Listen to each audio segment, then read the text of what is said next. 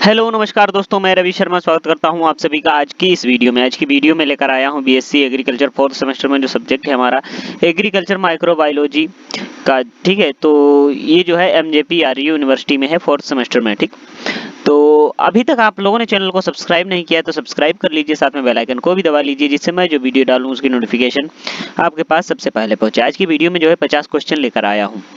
Video को like नहीं किया तो लाइक कर लीजिए, ठीक है, फिर बात को आप लोग भूल जाते हैं। पहला क्वेश्चन है हमारा कि सूक्ष्म जीव विज्ञान क्या है। तो सूक्ष्म जीव विज्ञान क्या है? नग्न आंखों से दिखाई न देने वाला जीवों का अध्ययन ही क्या कहलाता है? क्या कहलाता है? सूक्ष्म जीव विज्ञान कहलाता है। फिर उसके बाद इसकी जो है व्याख्या पढ़ लेते हैं। तो व्याख्या में इसकी क्या बताया गया है कि नग्न आंखों से दिखाई न देने वाले जीवों के अध्ययन को सूक्ष्म जीव विज्ञान कहा जाता है या कहते हैं। इन जीवों को देखने के लिए विशेष उपकरण जैसे सूक्ष्मदर्शी की आवश्यकता होती है, उदाहरण जीवाणु, विषाणु, कवक आदि। ठीक है, फिर उसके बाद आता है अगला प्रश्न। इसमें पूछा गया है कि सूक्ष्म जीव विज्ञान के जनक के रूप में किसे माना जाता है। तो सूक्ष्म जीव विज्ञान के जनक के रूप में किसको माना जाता है? वो हो जाएगा एंटोनी वैन ल्यूवेनहॉक को माना जाता है। किसको माना जाता है? एंटोनी वैन ल्यूवेनहॉक को माना जाता है। इसकी व्याख्या में क्या बताया गया है कि डेल्फ्ट के कपड़ा व्यापारी एंटोनी वैन ल्यूवेनहॉक को सूक्ष्म जीव विज्ञान का जनक माना जाता है। ठीक है, क्या बताया गया है कि डेल्फ्ट के कपड़ा व्यापारी एंटोनी वैन ल्यूवेनहॉक को सूक्ष्म जीव विज्ञान का जनक माना जाता है। उन्होंने घर में बने सूक्ष्मदर्शी का उपयोग करके सूक्ष्म जीवों का अध्ययन अदृश्य दुनिया की खोज की थी। ठीक है, फिर उसके बाद आता है अगला प्रश्न। इसमें पूछा गया है कि निम्नलिखित में से कौन सा या से सूक्ष्म जीव प्रकाश का उपयोग करके प्रकाश संश्लेषण करते हैं या करते हैं। ठीक है, वो तो करता है या करते हैं। तो इसका जो है राइट आंसर हो जाएगा, वो हो जाएगा साइनोबैक्टीरिया। ठीक है, क्या हो जाएगा? साइनोबैक्टीरिया। कौन से सूक्ष्म जीव ऐसे हैं जो प्रकाश का उपयोग करके प्रकाश संश्लेषण करते हैं? तो वो कौन से हो जाएंगे? साइनोबैक्टीरिया हो जाएंगे। इसकी व्याख्या में क्या बताया गया है कि साइनोबैक्टीरिया को प्रकाश संश्लेषण करने के लिए ऊर्जा के स्रोत के रूप में प्रकाश की आवश्यकता होती है। कवक और विषाणु प्रकाश संश्लेषण करने में असमर्थ होते हैं और परपोषी होते हैं। ठीक है, फिर उसके बाद आता है अगला प्रश्न। इसमें पूछा गया है कि संयुक्त सूक्ष्मदर्शी का कौन सा भाग देखे जाने वाले नमूने पर प्रकाश किरणों को एकत्रित करने और फोकस करने में मदद करता है। तो कौन सा है? प्रकाश किरणों को एकत्रित करने और फोकस करने में मदद करता है। क्या है वो? है संघनित लेंस। कैसा है? संघनित्र लेंस है। तो इसकी व्याख्या में क्या बताया गया है कि संयुक्त सूक्ष्मदर्शी में 3 अलग अलग लेंस प्रणालियां होती हैं। ठीक है, संघनित्र लेंस प्रकाश स्रोत और नमूने के बीच रखा जाता है और यह नमूने को देखने के लिए प्रकाश किरणों को सूक्ष्म क्षेत्र के तल में एकत्रित और केंद्रित करता है। फिर उसके बाद पूछा गया है कि निम्नलिखित में से कौन से सूक्ष्म जीवों द्वारा उत्पन्न होते हैं। निम्नलिखित में से कौन से सूक्ष्म जीवों द्वारा उत्पन्न होते हैं? तो कौन से हैं? वो है उल्लेखित सभी, मतलब मादक पेय और किण्वित डेयरी उत्पाद और ब्रेड। ठीक है, ये सभी क्या हैं? सूक्ष्म जीवों द्वारा उत्पादित होते हैं। तो व्याख्या में इसकी क्या बताया गया है कि सूक्ष्म जीवों का उपयोग कई उद्योगों में हमारे द्वारा खाए जाने वाले भोजन के उत्पादन के लिए किया जा सकता है या किया जाता है, जैसे कि किण्वन डेयरी उत्पादन, खट्टा, क्रीम, दही, साथ ही किण्वन खाद्य पदार्थ जैसे अचार, ब्रेड और मादक पेय।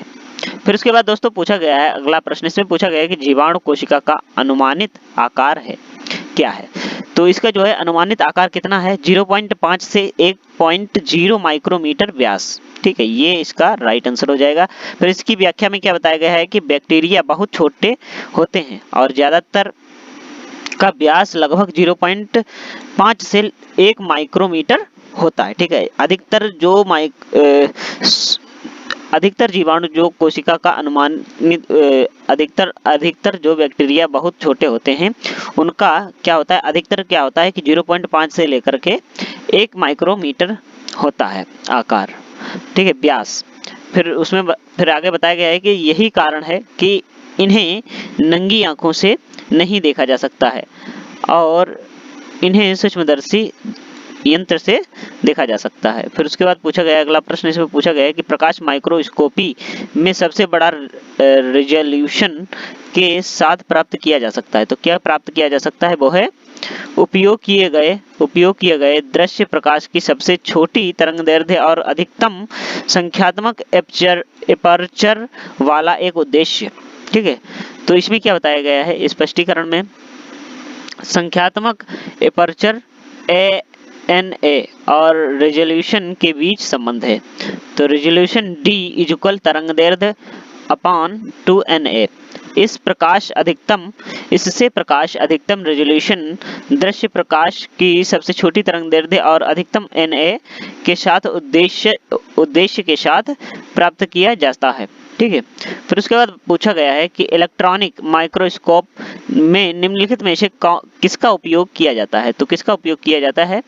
वो है इलेक्ट्रॉन बीम और चुंबकीय क्षेत्र का उपयोग किया जाता है। तो इसकी व्याख्या में क्या बताया गया है कि इलेक्ट्रॉन सूक्ष्मदर्शी प्रतिबिंब बनाने के लिए इलेक्ट्रॉन किरणों और चुंबकीय क्षेत्रों का उपयोग करता है, जबकि प्रकाश सूक्ष्मदर्शी प्रकाश तरंगों और कांच के लेंसों का उपयोग करता है। इलेक्ट्रॉन सूक्ष्मदर्शी में इलेक्ट्रॉन किरण की अत्यंत छोटी तरंगदैर्ध्य पर बहुत अधिक विभेदन प्राप्त होता है। ठीक है, फिर उसके बाद अगला प्रश्न पूछा गया है कि निम्नलिखित में से कौन स्पिरोचेट्स है? निम्नलिखित में से कौन स्पिरोचेट्स है? वो कौन सा है? ट्रेपोनेमा पैलिडम है। क्या है? ट्रेपोनेमा पैलिडम है। तो इसकी व्याख्या में क्या बताया गया है कि स्पाइरोकीट लचीले होते हैं और अपने आकार को मोड़ और विकृत कर सकते हैं, जबकि स्पाइरेला अपेक्षाकृत कठोर होते हैं। ट्रेपोनेमा पैलिडियम स्पाइरोकीट समूह से संबंधित हैं और स्पाइरिलम वोल्यूटन्स स्पाइरिला समूह से संबंधित हैं। फिर उसके बाद पूछा गया अगला प्रश्न, इसमें पूछा गया कि कोशिका में दोनों ध्रुवों पर फ्लैजेला के समूह वाले बैक्टीरिया को क्या कहा जाता है? तो क्या कहा जाता है? इसका जो है राइट आंसर दोस्तों हो जाएगा, वो हो जाएगा एम्फीट्रिचस कहा जाता है। क्या कहा जाता है? एम्फीट्रिचस कहा जाता है। फिर उसके बाद इसमें व्याख्या में क्या बताया गया है कि उभयचरों में कशाभिकाएं कोशिका के दोनों ध्रुवों पर अकेले या समूहों में पाई जाती हैं। लोफोट्रिचस ध्रुवीय कशाभिकाओं के समूह को संदर्भित करता है। पेरिट्रिचस पार्श्व कशाभिकाओं से घिरा होता है और मोनोट्रिचस एकल ध्रुवीय कशाभिकाओं के लिए होता है। फिर उसके बाद बताया गया अगला प्रश्न, इसमें पूछा गया है कि बैक्टीरिया की श्वसन श्रृंखला से जुड़ी होती है। तो बैक्टीरिया की जो है श्वसन श्रृंखला से क्या जुड़ी हुई होती है? वो होती है साइटोप्लाज्मिक झिल्ली जुड़ी हुई होती है। ठीक है, साइटोप्लाज्मिक झिल्ली जुड़ी हुई होती है। इसके स्पष्टीकरण में बताया गया है कि बैक्टीरिया की श्वसन श्रृंखला साइटोप्लाज्मिक झिल्ली से जुड़ी हुई होती है और यूकेरियोट्स की माइटोकॉन्ड्रिया झिल्ली में मौजूद होती है। फिर उसके बाद पूछा गया है अगला प्रश्न, इसमें पूछा गया है कि ग्लाइकोलाइसिस में हो सकता है। तो ग्लाइकोलाइसिस में क्या हो सकता है? वायवीय और अवायवीय दोनों कोशिकाओं में जो है हो सकता है। ग्लाइकोलाइसिस वायवीय और अवायवीय दोनों कोशिकाओं में हो सकता है। फिर उसके बाद दोस्तों पूछा गया, इसमें जो व्याख्या में बताया गया है कि ग्लाइकोलाइसिस में ऑक्सीजन की उपस्थिति की आवश्यकता नहीं होती है और इसलिए यह वायवीय और अवायवीय दोनों कोशिकाओं में हो सकता है। अवायवीय कोशिकाओं में ग्लूकोज किण्वन उत्पादों में विघटित हो जाता है और वायवीय कोशिकाओं में ग्लूकोज कार्बन डाइऑक्साइड और जल में विघटित हो जाता है। फिर उसके बाद दोस्तों अगला प्रश्न पूछा गया है, इसमें पूछा गया है कि निम्नलिखित में से कौन सा एंजाइम अपनी 5 न्यूक्लियस गतिविधि के साथ आरएनए प्राइमर को हटाता है? तो कौन सा है? वो है डीएनए पॉलीमरेज। ठीक है, क्या है? DNA polymerase. तो इसके स्पष्टीकरण में दोस्तों बताया गया है कि डीएनए पॉलीमरेज अपनी 5 न्यूक्लियस गतिविधि के साथ आरएनए प्राइमर को हटाता है। साथ ही यह अपनी 3 पॉलीमरेज गतिविधियों के माध्यम से डीएनए के साथ अंतराल को भरता है। ठीक है, फिर उसके बाद पूछा गया अगला प्रश्न, इसमें पूछा गया है कि फास्फोरस का आवश्यक घटक है। तो फास्फोरस का जो है आवश्यक घटक कौन सा है? फास्फोलिपिड्स है और टेकोइक एसिड है, न्यूक्लियोटाइड्स है। क्या है? न्यूक्लियोटाइड्स है। और डी क्या हो जाएगा? उल्लिखित सभी हो जाएंगे। क्या हो जाएगा? उल्लिखित सभी हो जाएंगे। फास्फोरस आमतौर पर फास्फेट के रूप में आपूर्त किया जाता है। Nucleotide, nucleic acid, lipids, teichoic acid और अन्य घटकों का एक आवश्यक घटक है। ठीक है, फिर उसके बाद पूछा गया अगला प्रश्न, इसमें पूछा गया है कि जीवाणु स्टेफिलोकोकस ऑरियस किस प्रकार का जीवाणु है? तो किस प्रकार का जीवाणु है? मेसोफाइल प्रकार का जो है जीवाणु। किस प्रकार का है? मेसोफाइल प्रकार का जीवाणु है। फिर इसके जो है स्पष्टीकरण में क्या बताया गया है? स्टेफिलोकोकस ऑरियस एक मोसोफिलिक बैक्टीरिया है जो 6.5 से 46 डिग्री सेल्सियस के तापमान रेंज में बढ़ सकता है और इसका इष्टतम तापमान 30 से 37 डिग्री सेल्सियस होता है। फिर उसके बाद बताया गया है बैक्टीरिया या सूक्ष्म जीवों की वृद्धि से क्या तात्पर्य है? तो क्या तात्पर्य है? इसका बी वाला राइट हो जाएगा, कोशिकाओं की संख्या में वृद्धि। बैक्टीरिया या सूक्ष्म जीवों की वृद्धि से तात्पर्य कोशिकाओं की संख्या में वृद्धि से है।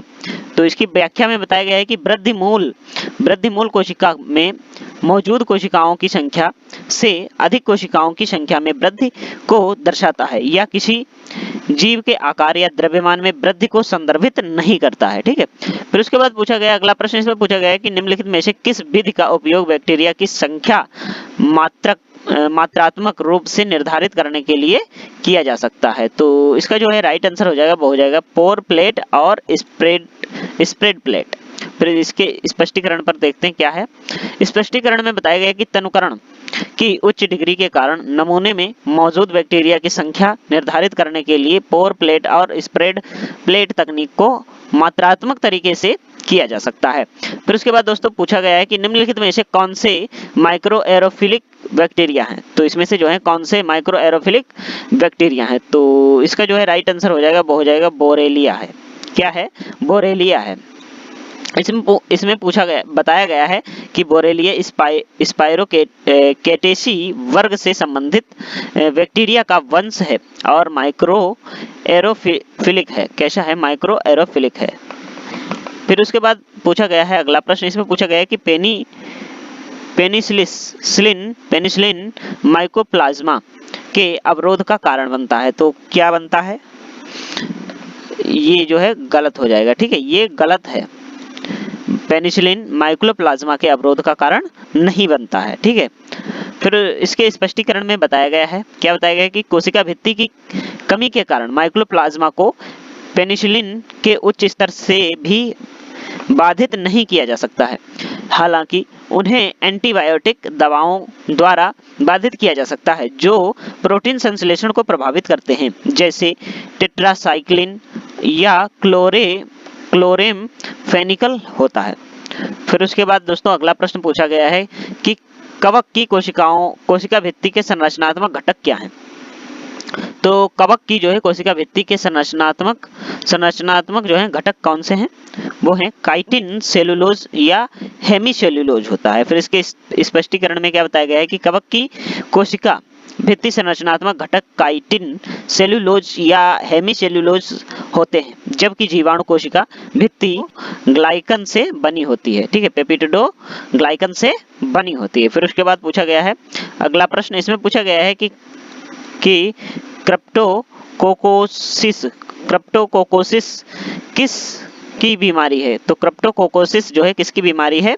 बी वाला राइट हो जाएगा, माइकोटिक संक्रमण। ठीक है, माइकोटिक संक्रमण हो जाएगा। और इसके स्पष्टीकरण में क्या बताया गया है कि क्रिप्टोकोकोकस नियोफार्मन्स मनुष्यों का एक महत्वपूर्ण वेशिडी ओमाइसीटस रोगजनक है जो क्रिप्टोकोकोसिस का कारण बनता है, जो रक्त प्रवाह के साथ साथ फेफड़े, केंद्रीय तंत्रिका तंत्र और अन्य अंगों को शामिल करने वाला एक सामान्यीकृत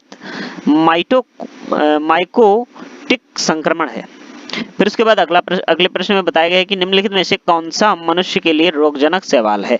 तो इसमें से जो है कौन सा मानव के लिए रोगजनक सवाल है, तो कौन सा है, वो है डी वाला, प्रोटोथेका। प्रोटोथेका जो है मनुष्यों के लिए रोगजनक सवाल है। फिर इसके जो है व्याख्या में क्या बताया गया है कि प्रोटोथेका को मनुष्य का एक संभावित रोगजनक पाया गया है। यह प्रणालीगत और उपचर्म संक्रमणों के साथ साथ वर्साइटिस में भी पाया गया है। तो उसके बाद आता है अगला प्रश्न। इसमें पूछा गया है कि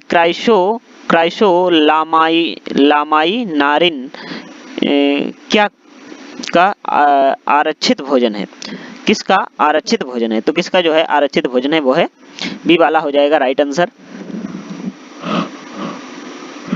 जेंथोफाइकोफाइटा। ठीक है, जेंथोफाइकोफाइटा इसका जो है राइट आंसर हो जाएगा। इसके स्पष्टीकरण में बताया गया है कि लामाई नारिन जेंथोफाइकोफाइटा का आरक्षित भोजन है जो तेलों के साथ पीले हरे शैवाल हैं। और उसके बाद दोस्तों बताया गया है कि प्रोटोजोआ जो अन्य जीवों को खाते हैं उन्हें किसके रूप में जाना जाता है। तो किसके रूप में जाना जाता है, होलोजोइक के रूप में जो है जाना जाता है। होलोजोइक प्रोटोजोआ वे प्रोटोजोआ हैं जो अन्य जीवों को खाते हैं। पैरामीशियम की प्रजातियां होलोजोइक हैं और उनके पास बैक्टीरिया या अन्य प्रोटोजोआ की आपूर्ति होनी चाहिए। फिर उसके बाद दोस्तों अगला प्रश्न आता है कि प्लाज्मोडियम निम्नलिखित में से किस विधि से संबंधित सबसे अधिक विभाजित होता है। तो सबसे अधिक किससे विभाजित होता है, वो होता है बहुविखंडन से विभाजित होता है। तो इसकी जो है व्याख्या में क्या बताया गया है कि मलेरिया परजीवी प्लाज्मोडियम बहुविखंडन की प्रक्रिया द्वारा विभाजित होता है, जहां इसे इसके जोगोनी के रूप में जाना जाता है और यह परजीवी को मेजबान में तेजी से फैलाने का काम करता है। फिर उसके बाद आता है अगला प्रश्न। इसमें पूछा गया है कि निम्नलिखित में से कौन लैम्डा फेज वायरस का परिवार है। तो कौन सा है, वो है स्टाइलोविरिडे है। क्या है, स्टाइलोविरिडे है। तो इसके स्पष्टीकरण में दोस्तों बताया गया है कि स्टाइलोविरिडे लैम्डा फेज वायरस का एक परिवार है जो गैर आवरण वाला होता है और इसमें dsDNA होता है। क्या होता है, dsDNA होता है। फिर उसके बाद बताया गया है, पूछा गया है कि जीवाणु गुणसूत्र से जुड़ने के बाद वायरल डीएनए क्या बन जाता है। तो क्या बन जाता है, वो प्रोफेज बन जाता है। क्या बन जाता है, प्रोफेज बन जाता है। तो इसकी व्याख्या में बताया गया है कि लाइसोजेनी में शीतोष्ण फेज का वायरल डीएनए कोशिका के जीन के कार्यों को संभालने के बजाय मेजबान डीएनए में शामिल हो जाता है और जीवाणु गुणसूत्र में एक प्रोफेज बन जाता है जो जीन के रूप में कार्य करता है। फिर उसके बाद अगला प्रश्न है, इसमें पूछा गया है कि टीकाकरण का आविष्कार किसने किया था। तो टीकाकरण का जो है आविष्कार किसने किया था, वो है जेनर ने किया था। किसने किया था, जेनर ने टीकाकरण का आविष्कार किया था। ये कब किया था, जेनर ने 1796 ईस्वी में जो है पहली बार एक 8 वर्षीय लड़के को गाय से निकाले गए पदार्थ से टीका लगाया और इससे चेचक के वायरस से सुरक्षा मिली थी। और उसके बाद दोस्तों पूछा गया है कि किस वायरल रोग के लिए हाल ही उत्तक संवर्धन के उपयोग से टीका विकसित किया गया है। तो किससे टीका विकसित किया गया है, खसरा से जो है टीका विकसित किया गया है। किस वायरल रोग के लिए हाल ही में उत्तक संवर्धन के उपयोग से टीका विकसित किया गया है। तो किसका जो है टीका विकसित किया गया है, खसरा।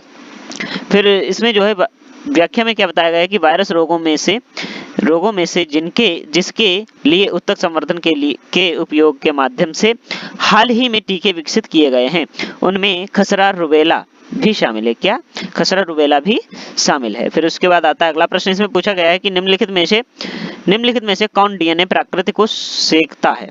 तो कौन सेकता है, इसका जो है राइट आंसर हो जाएगा यूवी प्रकाश सेकता है। कौन सेकता है, यूवी प्रकाश सेकता है। और उसके बाद इसमें बताया गया है कि पराबैंगनी प्रकाश कोशिकीय पदार्थों द्वारा अवशोषित किया जाता है, लेकिन सबसे ज्यादा नुकसान न्यूक्लिक अम्लों द्वारा पहुंचता है। जहां यह सबसे ज्यादा नुकसान पहुंचाता है, पायरिमिडीन डिमर बनते हैं, जिसके कारण डीएनए प्राकृतिक बाधित होती है और उत्परिवर्तन हो सकते हैं और उत्परिवर्तन जो है हो सकते हैं। फिर उसके बाद पूछा गया है कि वह पहला रोग कौन सा था जिसके लिए कीमोथेरेपी एजेंट का इस्तेमाल किया गया था। तो कौन सा था? वो है सिफिलिस था। क्या था? सिफिलिस था। और इसकी व्याख्या में क्या बताया गया है कि सिफिलिस पहला ज्ञात रोग है जिसके लिए कीमोथेरेपी एजेंट का उपयोग किया गया था। इस रोग के उपचार के लिए पॉल एरलिच ने 1910 ईस्वी में साल्वारसन नामक एक आर्सेनिक यौगिक का संश्लेषण किया था। फिर उसके बाद आता है अगला प्रश्न। इसमें पूछा गया है कि उच्च ऑस्मोटिक दबाव के संपर्क में आने वाले माध्यम में विकसित जीवाणु कोशिकाएं छड़ के आकार से किस आकार में बदल जाती हैं? तो किस आकार में बदल जाती हैं? गोलाकार आकार में बदल जाती हैं। ठीक है, गोलाकार आकार में बदल जाती हैं। फिर उसकी व्याख्या में बताया गया है कि उच्च ऑस्मोटिक दाब कोशिकाओं को फटने से रोकता है। छड़ के आकार की कोशिकाएं गोलाकार हो जाती हैं क्योंकि उनमें कोशिका संरचना का अभाव होता है जो उन्हें आकार प्रदान करती है। फिर उसके बाद अगले प्रश्न में पूछा गया है कि टायरोसिडाइन किसके विरुद्ध अधिक प्रभावी है? तो किसके विरुद्ध अधिक प्रभावी है? वो है ग्राम पॉजिटिव जीव के विरुद्ध जो है अधिक प्रभावी है।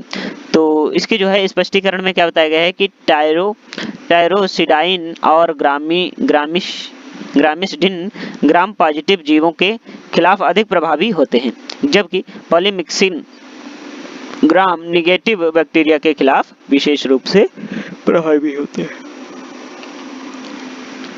फिर उसके बाद आता है अगला प्रश्न। इसमें पूछा गया है कि निम्नलिखित में से कौन सी एंटीबायोटिक दवाओं के माइक्रोबियल परख के लिए सबसे सटीक विधि है? तो कौन सी है सबसे सटीक विधि? वो है रासायनिक परख। ठीक है, रासायनिक परख है। फिर उसके बाद पूछा गया है कि रासायनिक परख विधियां आमतौर पर अधिक सटीक होती हैं और जैविक विधियों की तुलना में कम समय की आवश्यकता होती है, लेकिन वे कम संवेदनशील होती हैं और सावधानी बरतनी चाहिए ताकि जैविक रूप से निष्क्रिय अपघटन उत्पादन भ्रामक परिणाम न दे। ठीक है, फिर उसके बाद आता है अगला प्रश्न। इसमें पूछा गया है कि निम्नलिखित में से कौन सा अमोनिया ऑक्सीकरण करने वाला जीवाणु नहीं है? तो कौन सा है? वो है नाइट्रोस्पिना ग्रेसिलिस है। क्या है? नाइट्रोस्पिना ग्रेसिलिस है। फिर उसके बाद इसकी व्याख्या में क्या बताया गया है कि नाइट्रोस्पिना ग्रेसिलिस एक नाइट्राइट ऑक्सीकरण करने वाला जीवाणु है। ये नाइट्राइट को नाइट्रेट में ऑक्सीकरण करने में शामिल होते हैं। फिर उसके बाद अगले प्रश्न में पूछा गया है कि सेलुलोज सोलोवायोज में निम्नांकित करने वाला एंजाइम है। तो क्या करता है? निम्नांकित करने वाला कौन सा एंजाइम है? वो है सेलुलोज है। क्या है? सेलुलोज है।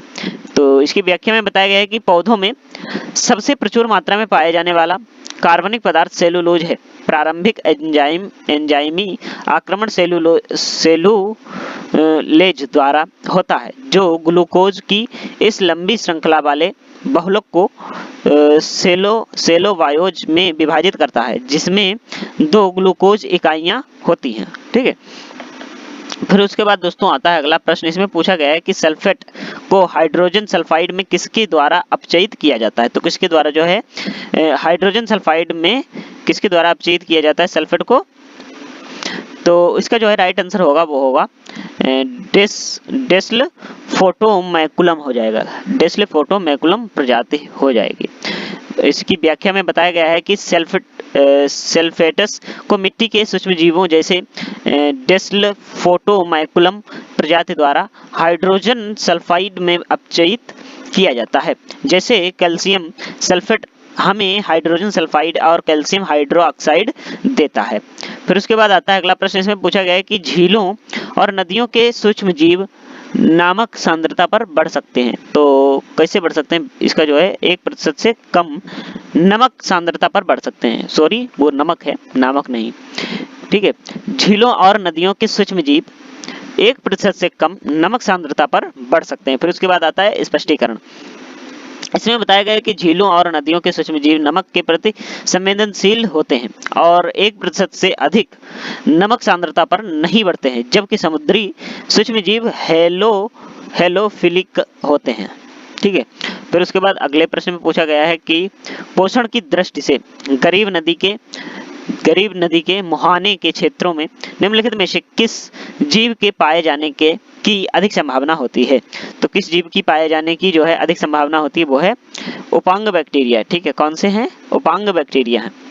तो इसकी व्याख्या में बताया गया है कि नदी के मुहाने के उन क्षेत्रों में जो पोषण की दृष्टि से गरीब हैं, वहां स्यूडोमोनाड्स के अलावा मुकुलित और या उपांगित बैक्टीरिया पाए जाने की संभावना है। फिर उसके बाद आता है अगला प्रश्न। इसमें पूछा गया है कि निम्नलिखित में से किस उपचार में अपशिष्ट जल के कार्बनिक घटकों का ऑक्सीकरण शामिल है। तो कौन सा है? वो है सी वाला हो जाएगा, द्वितीयक उपचार हो जाएगा। क्या हो जाएगा? द्वितीयक उपचार हो जाएगा। इसके स्पष्टीकरण में बताया गया है कि द्वितीयक या जैविक उपचार अपशिष्ट जल के कार्बनिक घटकों को सोखने और अंततः ऑक्सीकरण करने के लिए किया जाता है, अर्थात बीओडी को कम करने के लिए किया जाता है। फिर उसके बाद आता है अगला प्रश्न हमारा। इसमें पूछा गया है कि निम्नलिखित में से कौन सा सूक्ष्म जीव समूह गाय की स्तन ग्रंथियों की नलिकाओं में पाया जाता है। तो कौन सा है? वो है माइक्रोकोकी हो जाएगा। क्या हो जाएगा? माइक्रोकोकी हो जाएगा। फिर इसकी जो है व्याख्या में क्या बताया गया है कि माइक्रोकोकस ल्यूटस, माइक्रोकोकस वेरियन जैसे माइक्रोकोकस गाय की स्तन ग्रंथियों और डेयरी बर्तनों की नलिकाओं में पाए जाते हैं। ये अम्ल उत्पादक होते हैं और कमजोर प्रोटियोलिटिक होते हैं। फिर उसके बाद बताया गया है अगले प्रश्न को। अगले प्रश्न में दोस्तों क्या बताया गया है कि डिब्बाबंद खाद्य पदार्थों में निम्नलिखित में से कौन सा सूक्ष्म जीव नष्ट हो जाता है। तो कौन सा जो है सूक्ष्म जीव नष्ट हो जाता है वो है क्लास्ट्रीडियम बोटुलिनम है। ठीक है, क्लास्ट्रीडियम बोटुलिनम है। इसके स्पष्टीकरण में बताया गया है कि डिब्बाबंद खाद्य पदार्थों में समाप्त होने वाला सबसे महत्वपूर्ण जीव बीजाणु बनाने वाला एनारोब क्लास्ट्रीडियम बोटुलिनम है, जो एक बहुत ही शक्तिशाली घातक विष उत्पन्न करने में सक्षम है। फिर उसके बाद पूछा गया अगला प्रश्न। इसमें पूछा गया है कि पेट्रोलियम उद्योग से निकलने वाले हाइड्रोकार्बन अपशिष्टों पर विकसित जीवाणु कोशिकाएं किसका स्रोत हैं। तो किसका स्रोत है? प्रोटीन का स्रोत हैं। फिर व्याख्या में बताया गया है कि सूक्ष्म जीवों को औद्योगिक अपशिष्टों या उप उत्पादों पर पोषक तत्वों के रूप में उगाया जा सकता है और इससे प्रोटीन से भरपूर एक बड़ी कोशिका फसल प्राप्त होती है। पेट्रोलियम उद्योग से निकलने वाले हाइड्रोकार्बन अपशिष्टों पर उगाई गई जीवाणु कोशिकाएं फ्रांस, जापान, ताइवान और भारत में प्रोटीन का एक स्रोत हैं। फिर उसके बाद दोस्तों बताया गया है कि निम्नलिखित में से कौन सा सूक्ष्मजीव डेक्स्ट्रॉन उत्पन्न करता है। तो कौन सा है? वो है ल्यूकोनोस्टोक मेसेंटेरोइड्स। ठीक है। फिर इसमें जो है स्पष्टीकरण में क्या बताया गया है? ल्यूकोनोस्टोक मेसेंटेरोइड्स डेक्स्ट्रॉन का उत्पादन जीव है जो खाद्य उत्पादों में स्टेबलाइजर और रक्त प्लाज्मा विकल्प के रूप में कार्य करता है। फिर उसके बाद पूछा गया है कि दही के लिए प्रमुख सूक्ष्मजीव कौन सा है। तो कौन सा है? स्ट्रेप्टोकोकस थर्मोफिलस है। क्या है? स्ट्रेप्टोकोकस थर्मोफिलस है। स्पष्टीकरण में बताया गया है कि स्ट्रेप्टोकोकस थर्मोफिलस और लैक्टोबैसिलस वुल्गारिकस किण्वन द्वारा दही के उत्पादन के लिए जिम्मेदार प्रमुख सूक्ष्मजीव में से हैं। तो कौन? फिर उसके बाद आता है अगला प्रश्न है। इसमें पूछा गया है कि निम्नलिखित में से किस ईस्ट का उपयोग माइक्रोबियल प्रोटीन के उत्पादन के लिए किया जाता है। तो कौन सा है वो ईस्ट? वो है केकिडा यूटिलिस है। क्या है? केकिडा यूटिलिस है। और इसके स्पष्टीकरण में बताया गया है कि केकिडा यूटिलिस एक खमीर है जिसका उपयोग माइक्रोबियल प्रोटीन के उत्पादन के लिए किया जा सकता है, जिसका उपयोग पेपर पल्प कचरे से पशु खाद्य पूरक एकल कोशिका प्रोटीन के रूप में किया जाता है। फिर उसके बाद आता है अगला प्रश्न। इसमें पूछा गया है कि एक्रिडीन ऑरेंज किस प्रकार का उत्परिवर्तन जन है? तो किस प्रकार का उत्परिवर्तन जन है? इंटरकैलेटिंग एजेंट है। फिर उसके बाद इसकी जो है स्पष्टीकरण में बताया गया है कि एक्रिडीन ऑरेंज एक इंटरकैलेटिंग एजेंट है जो डीएनए हेलिक्स के केंद्रीय स्टेक में बेस जोड़े के बीच इंटरकैलेट कर सकता है और संरचनाओं को विकृत कर सकता है और बाद में प्रकृति त्रुटियों का कारण बन सकता है। फिर उसके बाद आता है दोस्तों अगला प्रश्न। इसमें पूछा गया है कि कोशिका भित्ति लिपोपॉलीसेकेराइड किसकी विशेषता है? तो किसकी विशेषता है? ग्राम नेगेटिव बैक्टीरिया की विशेषता है। इसकी व्याख्या में क्या बताया गया है कि कोशिका भित्ति में लिपोपॉलीसेकेराइड की उपस्थिति ग्राम ऋणात्मक जीवाणुओं की विशेषता है, जबकि ग्राम धनात्मक जीवाणुओं की कोशिका भित्ति में टेकोइक अम्ल होता है। कवक और शैवाल कोशिका भित्ति की संरचना जीवाणुओं की कोशिका भित्ति से बहुत भिन्न होते हैं। फिर उसके बाद पूछा गया अगला प्रश्न। इसमें पूछा गया है कि निम्नलिखित में से कौन से टेइकोइक अम्ल मौजूद होते हैं? तो कौन से टेइकोइक अम्ल जो है मौजूद होते हैं? राइबिटो या ग्लिसरॉल अवशेष। इसकी व्याख्या में बताया गया है कि टेइकोइक अम्ल जल में घुलनशील बहुलक होते हैं जिनमें राइबिटो ग्लिसरॉल अवशेष फॉस्फोडाइएस्टर बंधों द्वारा जुड़े होते हैं। ग्लिसरॉल या राइबिटो शर्करा विशेष जैसे ग्लूकोज, गैलेक्टोज या एन एसिटाइल ग्लूकोसामाइन से जुड़ा होता है। आप लोगों ने अगर जो है वीडियो को लाइक नहीं किया है तो लाइक कर दीजिए। लास्ट प्रश्न अपना आ गया है, ठीक है, फिर बाद को आप लोग जो है भूल जाते हैं।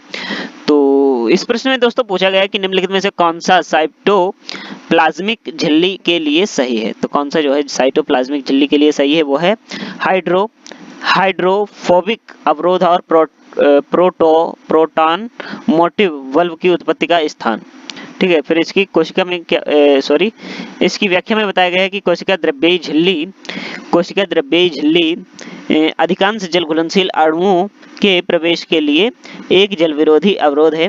प्रोटीन के प्रति अपनी अभेद्यता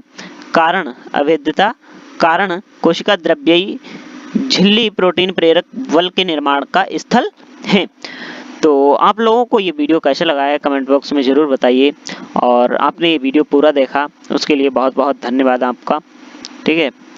और चैनल को अगर अभी तक सब्सक्राइब नहीं किया है तो सब्सक्राइब कर लीजिए, साथ में बेल आइकन को भी दबा लीजिए जिससे मैं जो वीडियो डालूं उसकी नोटिफिकेशन आपके पास सबसे पहले पहुंचे। तो मिलते हैं किसी नेक्स्ट वीडियो में, तब तक के लिए जय हिंद, जय भारत, राम राम।